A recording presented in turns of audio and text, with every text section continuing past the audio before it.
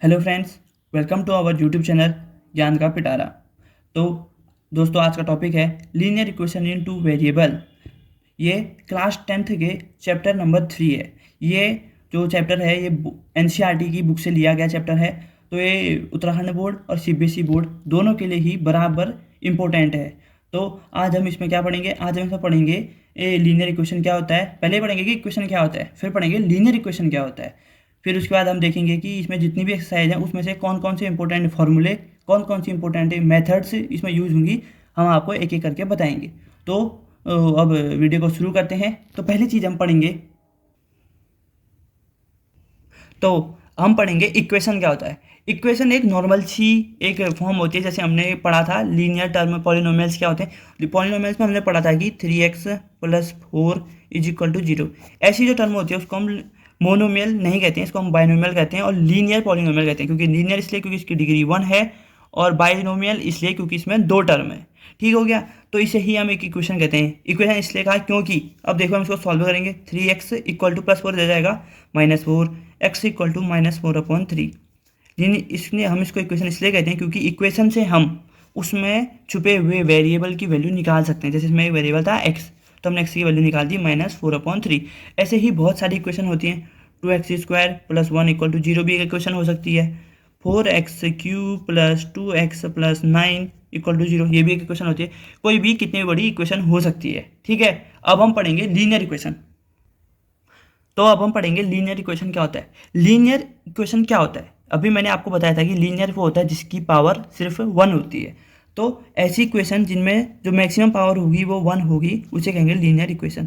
जैसे ये देखिए, इसमें x की पावर भी 1 है, y की पावर भी 1 है, तो ये एक लीनियर इक्वेशन हो जाएगी। अगर मैं यहीं पर एग्जाम्पल लिखता हूँ x² + 4y³ = 2, तो ये हमारी लीनियर इक्वेशन नहीं होगी। क्यों? क्योंकि इसमें यहाँ पर 2 है और यहाँ पर 3 है, हाईएस्ट पावर 3 है, तो ये एक क्यूबिक इक्वेशन हो जाएगी। ठीक है।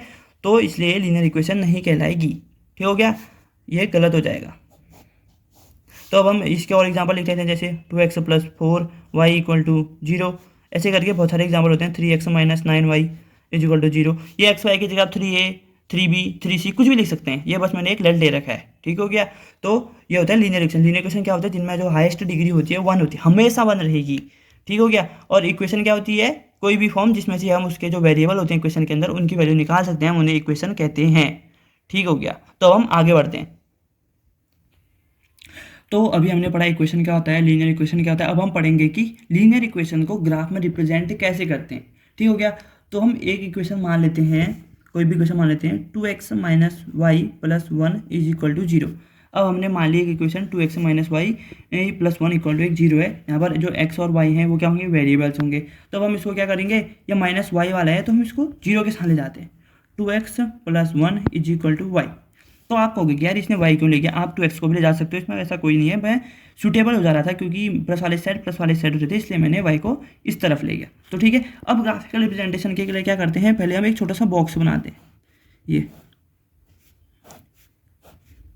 अब हम यहाँ पर लिखेंगे x, यहाँ पर y। अब हम देखेंगे कि जब हम x की वैल्यू यहाँ पर रखेंगे 0 तो y की वैल्यू कितनी आती है। ठीक हो गया दोस्तों। अब हम इस इक्वेशन में रखेंगे x की वैल्यू 0, तो फॉर यहाँ पर लिखेंगे हम फॉर x = 0। तो यहाँ पर हमारी इक्वेशन आएगी 2 × 0 + 1 = y। तो 2 × 0 कितना होता है? 0 + 1 = 0। वही 2 × 0 2 तो नहीं कह रहा है? नहीं भाई, ये तो गलत बात हो जाएगी, 0 ही होता है। ठीक है। तो y = हमारा कितना हो जाएगा? 1। तो y 1 आ गया, तो हम यहाँ पर लिख देंगे y। अब सेम वही करते हैं हम, जब हम y की वैल्यू 0 रखते हैं। y की वैल्यू हमने जब 0 रखी, यहाँ पर लिखेंगे हम फॉर y = 0। यहाँ पर लिखेंगे पहले हम 0, क्योंकि हमने y की वैल्यू 0 रखी तो हम यहाँ पर लिख सकते हैं।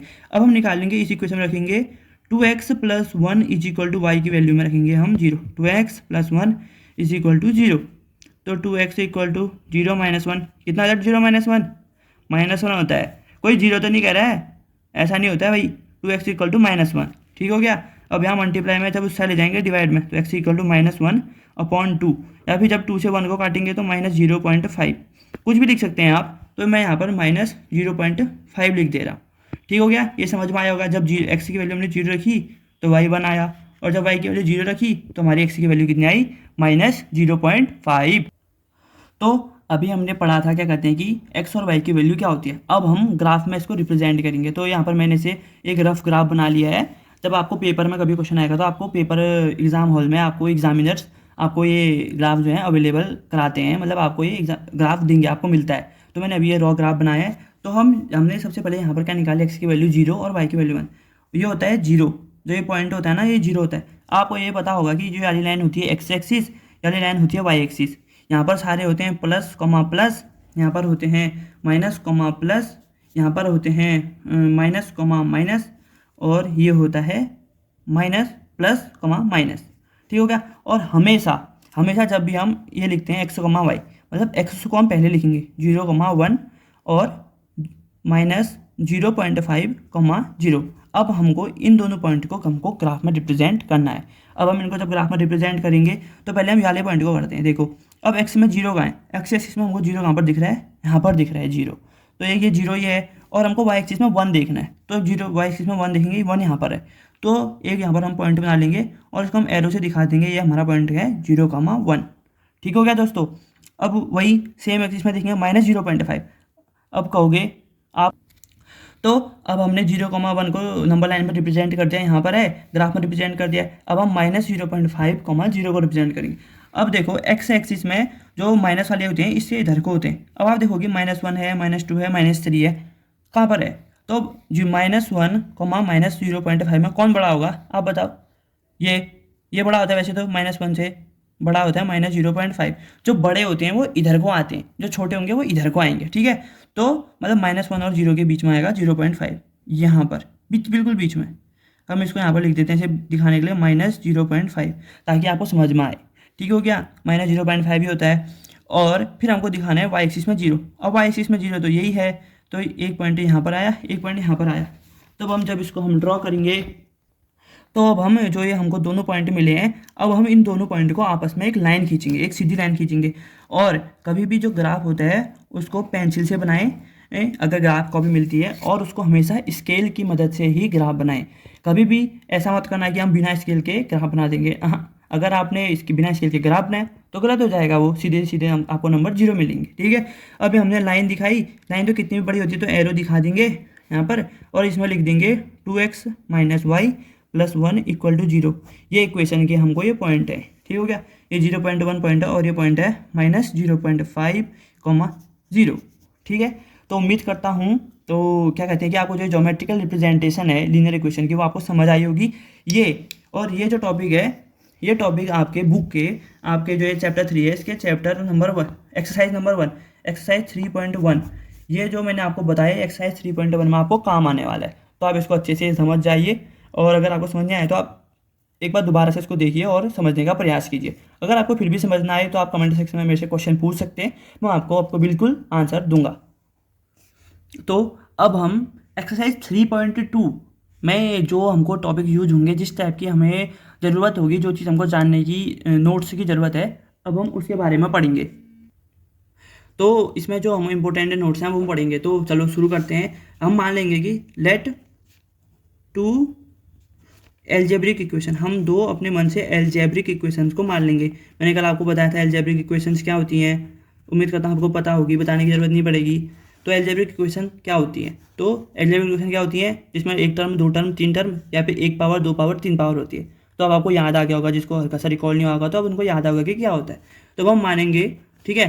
पहली इक्वेशन मान लेते हैं हम a1x + b1y + c1 = 0। दूसरी इक्वेशन मान लेते हैं a2x + b2y + c2 = 0। ठीक हो गया। ये हमारी दो इक्वेशन है। तो अब जो हमारे एक्सरसाइज 3.2 में यूज़ होने वाली जो मेन नोट्स हैं वो ये हैं।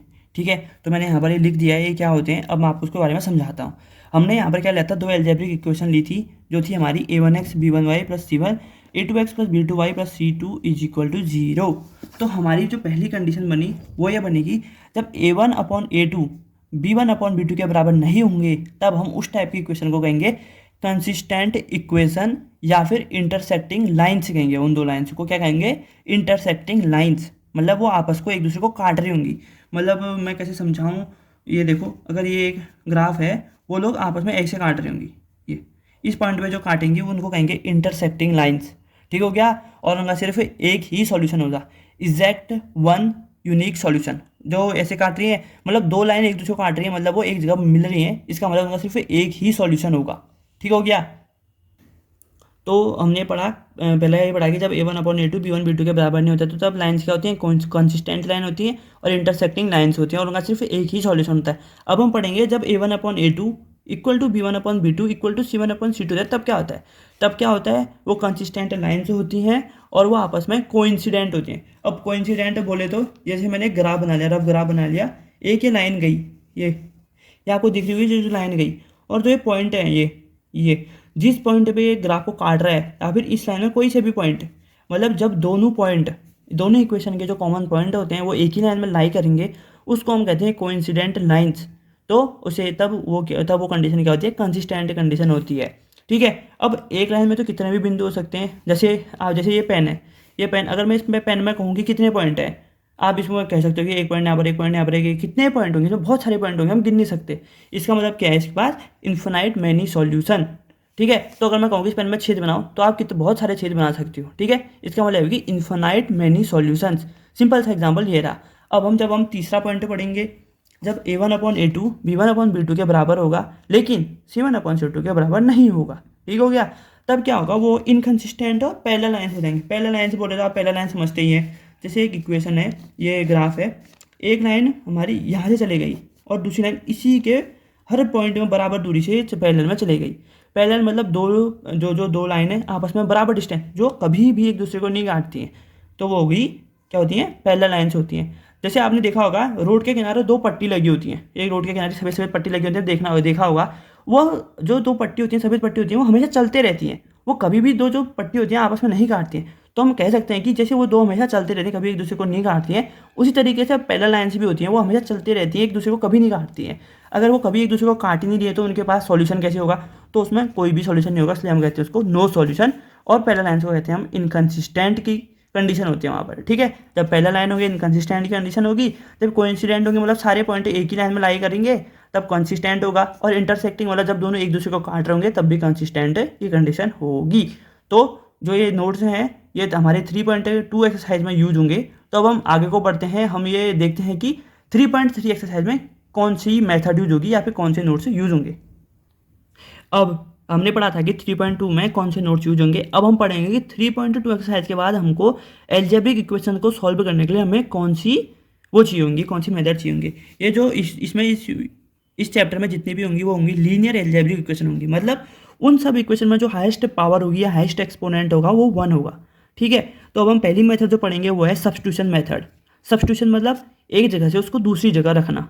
एलिमिनेशन मेथड जो सेकंड है, एलिमिनेशन मतलब एक को उसकी जगह से हटा देना। ठीक हो गया। और थर्ड है cross multiplication method. Cross multiplication मतलब आपस में मल्टीप्लाई करके जो हमारे जैसे सॉल्व करेंगे उसी मेथड को हम क्रॉस मल्टीप्लिकेशन मेथड को कहते हैं। ठीक है। तो हम आगे को बढ़ते हैं। तो अब हम पढ़ेंगे सब्स्टिट्यूशन मेथड। सब्स्टिट्यूशन मेथड मतलब एक जगह से दूसरी जगह उसको ले जाना, इसका मतलब होता है सब्स्टिट्यूशन मेथड। तो एक्सरसाइज 3.3 में जो मेथड यूज होगी उसका नाम है सब्स्टिट्यूशन मेथड। ठीक हो गया। अब हम इसको समझने की कोशिश करते हैं कि ये सब्स्टिट्यूशन मेथड होती क्या है। ठीक हो गया। अब हम पहले ये ले लेंगे, हम मान लेते हैं कि let this equation is equation number 1 and this equation is equation number 2। ठीक हो गया। अब 1 या 2 कुछ भी लिख सकते हो, ए भी कुछ भी मान सकते हो। ठीक है। मैंने 1 2 मान लिया रोमन नंबर्स में। अब y-2 हम कहेंगे फ्रॉम इक्वेशन 1, फ्रॉम इक्वेशन 1 से हम लिखेंगे y-2x इक्वल टू 1। ठीक हो गया। अब हम यहाँ से x की वैल्यू निकालें या y की वैल्यू निकालें, तो हम देखेंगे सूटेबल क्या रहेगा, जब -2x को चले जाएंगे y की वैल्यू, तो y इक्वल टू 1 + 2x हो जाएगा। अब 1 + 2x से कैसे, y जो -2x है जब इधर लाए ट्रांसपोर्टेशन मेथड लगाई तो माइनस का प्लस हो जाता है, तो y इक्वल टू 1 + 2x हो गया। ठीक है। अब हम इसको क्या कहेंगे, इस वैल्यू को हम मान लेते हैं इक्वेशन नंबर 3। अब हम कहेंगे कि जो सब्स्टिट्यूशन मतलब क्या होता है कि एक जगह से दूसरी जगह रखना। अब हम यहाँ पर लिखेंगे पुटिंग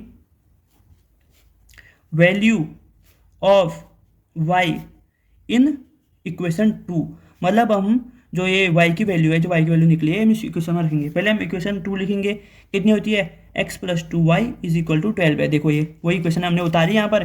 ठीक है। अब हम इसके आगे इसको सॉल्व करने की कोशिश करते हैं। ठीक है। तो y = 1 + 2x, तो x + 2 बाहर से लिखेंगे, y की जगह लिखेंगे 1 + 2x = हो जाएगा ये 12। तो x प्लस 2 से अंदर लगेगा 2 plus 4x is equal to 12। तो जब हम 4x प्लस एक्स करेंगे कितना होता है 5x। ये तो सभी को पता होगा 4x प्लस एक्स कितना होता है 5, क्योंकि x कॉमन ले लेंगे। देखो ये x प्लस 4x, दोनों में कॉमन कौन है x, 1 प्लस 4, तो ये कितना हो जाएगा 5x, 1 plus 4 into x 5x। ठीक हो गया। तो 5x इक्वल टू 12 माइनस 2, ये 2 यहाँ प्लस में है तो ट्रांसपोर्टेशन मेथड से इधर आएगा तो कितना हो जाएगा -2। तो 5x इज इक्वल टू 10, तो x इज इक्वल टू 2 हमारा यहाँ से आंसर आ गया। ठीक है। अब हम सिमिलरली इसी तरीके से करेंगे फ्रॉम इक्वेशन मान लेते हैं हम, फ्रॉम इक्वेशन 3।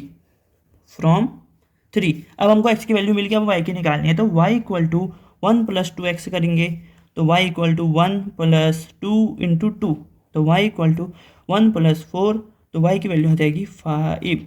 ये है हमारे आंसर। अगर आपको लग रहा है कि यार कहीं मेरी ये इक्वेशन गलत तो नहीं है, अगर आपको ऐसा लग रहा है तो आप पहली इक्वेशन मान, जैसे आपके इक्वेशन है x plus 2y equal to 12, तो आप इसको लिखिए चेक, आपने अपने आंसर को चेक करना है। तो x plus 2y is equal to 12, तो x की वैल्यू कितनी आई है 2 लिखी गई यहाँ पर। ठीक हो गया। और 2 तो 2 ही रहेगा, y की वैल्यू कितनी आई है देखो 5 आई है, इज इक्वल टू 12, मतलब इसकी वैल्यू जितनी आएगी वो इसके बराबर आनी चाहिए, LHS इक्वल टू RHS आना चाहिए। तो 2 प्लस 10 इज इक्वल टू 12, ये तो इतना ही रहेगा। तो 12 इज इक्वल टू 12, मतलब हमारा जो RHS है वो LHS के बराबर है, या फिर LHS इक्वल टू RHS या RHS इक्वल टू LHS है। तो अब हम कह सकते हैं कि जो हमारे आंसर है x equal to 2 x equal to 5 सही है। तो आपकी जो 3.3 में जो भी मेथड यूज होगी वो होगी सब्स्टिट्यूशन मेथड, और आप इस सब्स्टिट्यूशन मेथड को इस तरीके से कर सकते हैं। ठीक है। अगर आप थोड़ा सा समझ में नहीं आया है, थोड़ा सा टाइम लगता है, आप इसको दोबारा से ट्राई करने की कोशिश कीजिए। ठीक है। अब हम उस मेथड पे जाएंगे जो हमारा एक्सरसाइज 3.4 में यूज होगी। ये ज़्यादा मुश्किल इक्वेशन नहीं है, बस आपको समझने की देरी है। ठीक हो गया। अब अब हमने पढ़ा था सब्स्टिट्यूशन मेथड, अब हम पढ़ेंगे कि एक्सरसाइज 3.4 में एलिमिनेशन मेथड जो होती है उससे हम क्वेश्चंस को कैसे सॉल्व करेंगे। ठीक हो गया। अब हम वही जैसे हमने उस क्वेश्चन में माना था इक्वेशन 1 मान लेते हैं इसको, और इसको इक्वेशन 2 मान लेते हैं। अब एलिमिनेट करना मतलब एक इक्वेशन से जो उसकी ओरिजिनल वैल्यू उसको हटा देना। ठीक है। अब देखो यहाँ पर 2x है। ठीक है। अगर हम इस x plus 2y equal to 8 को भी सेम x की वैल्यू बना दे, मतलब अगर हम जब इसको 2 से मल्टीप्लाई करेंगे, मैं लिखता हूँ यहाँ पर मल्टीप्लाई इक्वेशन 1 बाई 2, तो ये क्या बन जाएगी 2x plus 2y is equal to 2 into 8, जो मल्टीप्लाई होगा पूरे के साथ मल्टीप्लाई होता है वो, तो 2x plus 4y is equal to 16। ये हमारी क्वेश्चन नंबर 3 मान लिया हमने। तो देखो अब हमने एलिमिनेट करना, मतलब उस पूरी इक्वेशन से एक वेरिएबल को पूरा हटा देना। अब जब मैंने इस वाली इक्वेशन को 2 से मल्टीप्लाई किया तो ये 2x हो गया। अब 2x और 2x जब दो सेम नंबर होते हैं, जब हम उनको आपस में माइनस करेंगे तो क्या हो जाएगा, वो 0 हो जाएगा। तो जब हम इस इक्वेशन से इस इक्वेशन को माइनस करेंगे तो हमारा एक वैल्यू हट जाएगी और y की वैल्यू इजीली निकल आएगी। जब हम y की वैल्यू निकल आएगी तो उसकी वैल्यू एक इक्वेशन में रखेंगे और वहाँ से हमारी x की वैल्यू आ जाएगी। तो चलो हम आगे को बढ़ते हैं। ठीक है। हम यहाँ पर ये भी कर सकते थे, इस 3 को 2 से मल्टीप्लाई करते इस पूरी इक्वेशन को 2, ये ताकि 6y हो जाता, और इसको 3 से करते 6y हो जाता। आपको जो सही लग रहा है, आपको लगता है कि अलग तरीके से इजी हो रहा है, 3 मल्टीप्लाई करके इजी हो रहा है, तो आप वैसे भी इसको सॉल्व भी कर सकते हैं। ठीक है। तो हम इसको आगे को करते हैं। तो हम करेंगे सब इक्वेशन 3 बाई इक्वेशन 2, तो क्या होगा 2x minus 3y minus 2x plus 4y is equal to 2 minus 16। तो 2x माइनस 3y तो सेम ही रहेगा। ठीक हो गया दोस्तों। तो -2x माइनस अंदर मल्टीप्लाई होगा -4y is equal to 2 minus 16 कितना होता है -14, और साइन किसका आता है बढ़ेगा, माइनस का साइन बढ़ा है तो माइनस आएगा। तो 2x से 2x कट गया, -3y माइनस 4y कितना होता है -7y। ठीक हो गया। और ये -14। ठीक है। y equal to -14 upon -7, transportation method से मल्टीप्लाई यहाँ था, डिवाइड में चले गया, तो -7 से 1 जा कट गया, ये 2 जा, तो हमारी यहाँ से y की वैल्यू कितनी आ गई 2। ठीक हो गया। अब हम ऐसे ही y की वैल्यू 2 आ गई, तो 1 2 3 हमारी 3 इक्वेशन आप किसी भी इक्वेशन में रखो और वहाँ से आप निकाल सकते हो x की वैल्यू। अब हम सिंपल से रख देते हैं from equation 1 x plus 2y equal to 8 था, तो x प्लस 2 इंटू वाई कितनी निकली हमारी 2 निकली है, तो 2 into 2 is equal to 8, x plus 4 equal to 8, तो x equal to 8 minus 4 is equal to 4। देखो आ गया नहीं हमारा आंसर, 4 आ गया। अब वही कि अगर आपको अभी भी शक हो रहा है कि यार ये हमारा आंसर सही है या गलत, तो करेंगे हम इसको चेक। ठीक हो गया। अब हम मान लेते हैं x plus 2y is equal to 8 कर लिया, x की वैल्यू कितनी है 4 प्लस 2, वाई की वैल्यू कितनी है 2 is equal to 8, 4 plus 4 is equal to 8 होता है, तो 8 इक्वल टू 8, बोलो क्या हो गया ये LHS is equal to RHS। तो ऐसे आप अपनी एलिमिनेशन मेथड को कर सकते हो। ठीक हो गया। तो ये सिंपल सा तरीका है। 3.4 में हम जो भी मेथड यूज करेंगे वो है एलिमिनेशन मेथड। और इसी तरीके से आप ध्यान दीजिए, क्वेश्चन को इजी तरीके से सॉल्व करने की कोशिश कीजिए, ना कि उसको डिफिकल्ट बनाएं, बल्कि पहले उसको समझें कि किससे मल्टीप्लाई करना है, ताकि हमारा क्वेश्चन ईजी हो जाए। ठीक है दोस्तों, तो अब हम अगली मेथड की ओर बढ़ते हैं जो हमारी एक्सरसाइज 3.5 में यूज होगी। तो देखिए, अब हम पढ़ेंगे क्रॉस मल्टीप्लिकेशन मेथड जो आपकी यूज होगी एक्सरसाइज 3.5 में।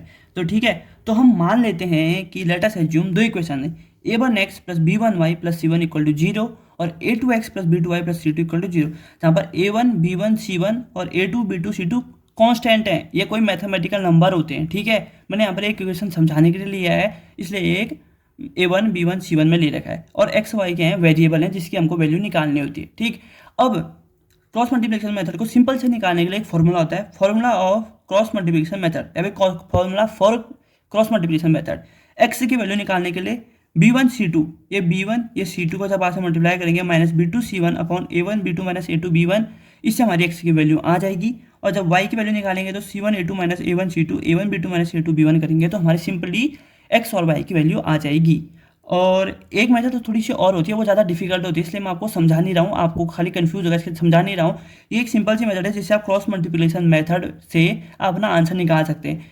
और मैं आपको ये याद दिला दूँ कि चाहे CBSE के बच्चे हों या फिर उत्तराखंड बोर्ड के जो बच्चे इस वीडियो को देख रहे हैं, वो चाहे सब्स्टिट्यूशन मेथड है, एलिमिनेशन मेथड है या फिर क्रॉस मल्टीप्लिकेशन मेथड है, इन तीनों में से आपका एक मेथड से एग्जाम में पेपर पक्का आएगा। ये आप लिख लीजिए, ये आएगा ही आएगा। ये आपको कैसे ही ना कैसे करके आपको तीनों क्वेश्चन सॉल्व करने पड़ेंगे। ठीक है, ये नहीं कि आपने क्या कहते हैं एग्जामिनर ने दिया है मल्टीप्लिकेशन मेथड से करो, आपने कर दिया एलिमिनेशन मेथड से, तो ये गलत हो जाएगा, आपको वो बिल्कुल भी नंबर नहीं देगा। ठीक है, तो हम इसको एक एग्जाम्पल से समझने की कोशिश करते हैं।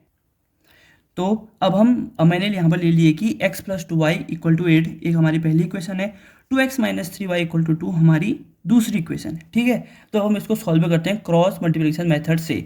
तो पहले मैं इस 8 को इस साइड लाया, यहाँ प्लस था यहाँ माइनस में हो जाएगा, ये समझ में आ गया होगा आपको। x plus 2y minus 8 equal to 0, और ये इस 2 को इस साइड लाया तो ये माइनस 2 इक्वल टू 0 हो गया, ये भी आपको अच्छे से समझ में आ गया होगा। ठीक है, अब हम इस वाली मेथड में कंपेयर करेंगे a1x plus b1y plus c1, a2x plus b2y plus c2 equal to 0। हमने जब इसको कंपेयर किया तो जो हमारा a1 था इस इक्वेशन से 1 आया, b1 आया 2, c1 आया माइनस 8। ठीक है, और इक्वेशन से हमारा a2 आया 2, b2 आया माइनस 3 और c2 आया हमारा माइनस 2। ठीक हो गया। अब मैंने आपको ये फॉर्मूले बताए थे, क्या कहते हैं x कैसे निकलता है, y कैसे निकलता है, तो मैंने यहाँ पर वही लिखा है। x का फॉर्मूला क्या होता है, अब हम सिंपली इसको सॉल्व करेंगे। x equal to b1 c2 मतलब 2 इंटू माइनस 2 माइनस b2 कितना है माइनस 3, तो ठीक है ये होगा। फिर a1 b2 1 into minus 3 minus a2 b1 2 into 2, तो ये हो जाएगा -4, minus minus plus plus minus minus, तो -24 ये भी हो जाएगा, और नीचे हो जाएगा -3 -4, तो ये हो जाएगा -28 अपॉन -7, माइनस से माइनस कट जाएगा।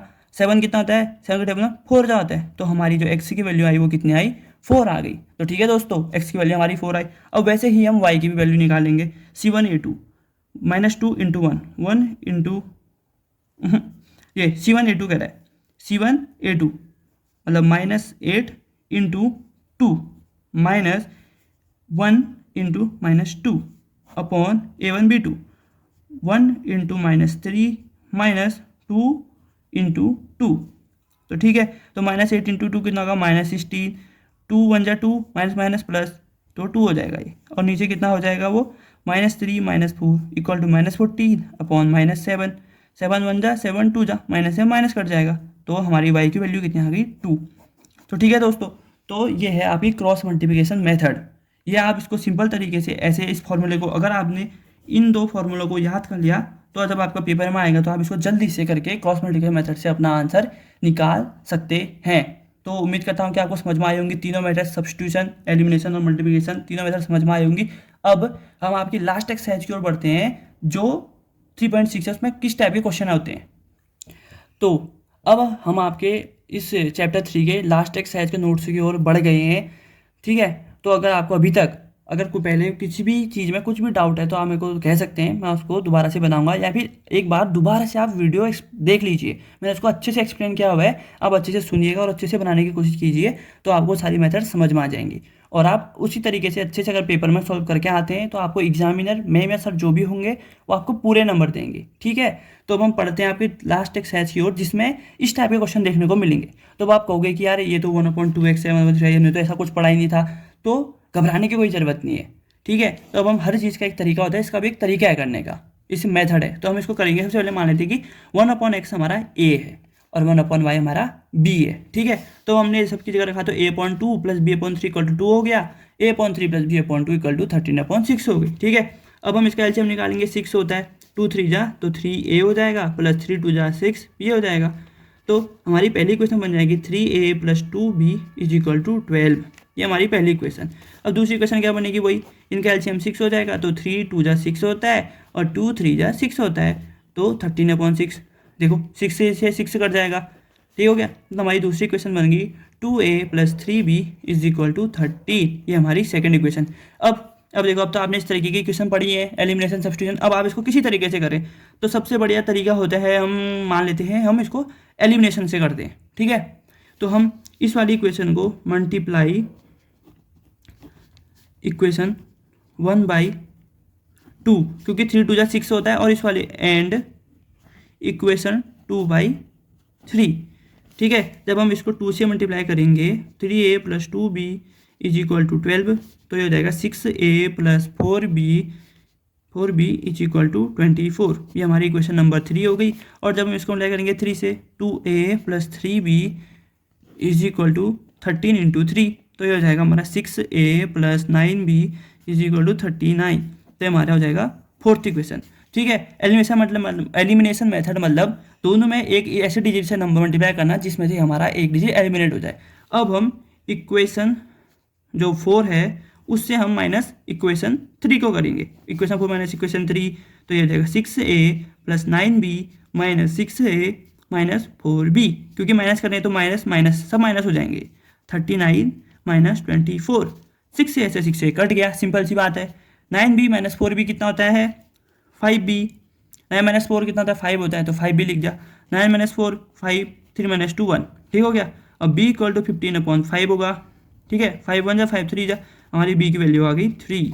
अब हम अपनी इक्वेशन 1 से देखते हैं, a की वैल्यू निकालने के लिए इक्वेशन 1, 3a + 2b = 12, तो 3a + 2 की b की जगह रख देंगे उसकी वैल्यू, तो ये हो जाएगा 3a + 6 = 12। तो 3a = हो जाएगा हमारा, प्लस को साइड ले जाएंगे, माइनस हो जाएगा बच्चों, हो जाएगा। ठीक है, हो जाता है। और जब जब ये 3 मल्टीप्लाई में है तो इसके नीचे लेके आएंगे, क्योंकि ये 6 होता है, तो 3 से काटेंगे, कितना हो जाएगा 2। तो हमारी a और 2 की a की वैल्यू और b की वैल्यू आ गई। तो ये मत सोचा कि हमारा क्वेश्चन यहाँ पर खत्म हो गया, नहीं। आपने a को क्या लिया है, देखो यहाँ 1/x लिया है, और b को क्या लिया है आपने 1/y। तो हमने देखो ये क्या लिया है, b को 1/y लिया था और a को 1/x। तो b की वैल्यू कितनी आई थी हमारी 3 = 1/y, और a क्या आई थी 2 = 1/x। तो हम क्या करेंगे, x = 1/2 हो जाएगा, क्यों, x को इधर ले गए मल्टीप्लाई में और 2 को इधर लेके आ गए डिवाइड में, तो x की वैल्यू इतनी आ गई और y की वैल्यू कितनी आएगी 1/3। तो ये हुआ आपका आंसर, ये दोनों आपके मेन आंसर हैं। तो मैं उम्मीद करता हूँ कि आपको ये क्वेश्चन समझ में आए होंगे। ठीक है, ये क्वेश्चन हो गया, और क्रॉस मल्टीप्लिकेशन हो गई, चाहे एलिमिनेशन मेथड हो गई, सब्स्टिट्यूशन मेथड हो गई, और जितने भी तरीके हैं मैंने आपको सब समझा दिए हैं। ये चैप्टर 3 के फुल नोट्स हैं। अगर आप इनको अच्छे से पढ़ते हैं तो आप चैप्टर 3 के किसी भी क्वेश्चन को ईजी तरीके से सॉल्व कर सकते हैं। तो ठीक है, तो आज के हम वीडियो को यहीं समाप्त करते हैं। ठीक है, अगर आपको ये वीडियो पसंद आई है तो लाइक कीजिए, शेयर कीजिए, अपने दोस्तों के साथ शेयर कीजिए इसको, और चैनल को सब्सक्राइब करना ना भूलें। और ये अभी कोरोना अभी गया नहीं है, तो सैनिटाइजर हाथों में लगाएं, मास्क तरीके से पहने, ऐसा नहीं कि नाक खोल दो मुंह में पहनना, पूरा पहना उसको, नाक और मुंह पूरा ढकना उसको मास्क से। और सरकार ने जो बताया सोशल डिस्टेंसिंग रखना, तो उसको भी रखिए, रूल्स मत तोड़िए। ठीक है, एक अच्छे नागरिक बनिए देश के। तो stay safe and stay healthy, अपने सबका ध्यान रखिए, और वीडियो को लाइक कीजिएगा। एंड थैंक्स फॉर वॉचिंग, और लाइक करना ना भूलें और सब्सक्राइब करके जाना। तो ठीक है, टेक केयर।